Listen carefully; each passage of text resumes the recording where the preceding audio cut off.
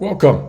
I'm Richard Hosnout, and I'm your host of the Wisdom Inspired Life podcast in this YouTube channel. If you'd like to email me, you can email me at richardwib@gmail.com. I love hearing from listeners. The address is right there on the screen. Before getting into today's episode, let you know there's lots of playlists on this channel. One of them is the Ageless Wisdom playlist, which has some of the topics that you see there and adding new to it every day, including today's episode, which will end up being added to that particular playlist. Something of interest for virtually everyone, so check it out. Okay. Today's episode is part of the Ageless Wisdom series, and on that playlist, the Ageless Wisdom is 24 volumes of the highest esoteric volume, wisdom, from the enlightened Tibetan Master Zhao Ku, who's now part of the spiritual hierarchy responsible for planet Earth. He transmitted this 24 volumes, 10,000 pages, via mental telepathy to Alice Bailey, an American who lived in places like Monterey, California. It's not an easy read. Fortunately, there's a compendium volume titled Ponder on This, which last I checked was still available on Amazon in limited quantities, and from which I'm pulling the content for these episodes. Today's episode focuses on crisis.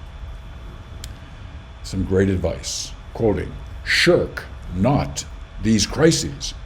Hard and difficult though they may appear to be, difficult they are.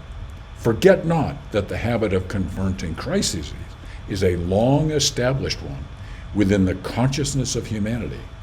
Another way of saying we've had our share of crises. Man and woman has to open to the habit of crisis, and if I may call it. They are only points of examination as to the strength, purpose, purity, and motive and the intent of the soul.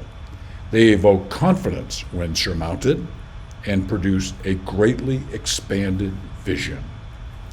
They foster compassion and understanding, for the pain and inner conflict they have engendered is never forgotten. Great advice here. Okay? Just ponder a bit on this. There's great advice. We always have crises. Okay? How do we deal with them? Continuing. The handling of crises is the hallmark of the disciple, namely someone on the spiritual path, on the path to wisdom. And every crisis met and rightly handled provides the place from which an extended vision can be gained. Fresh knowledge can flow in, and the transmuting light can shine from the angel of the presence and thus produce results. Another way of saying it, when we are successful in dealing with crises, there are many benefits that come from it.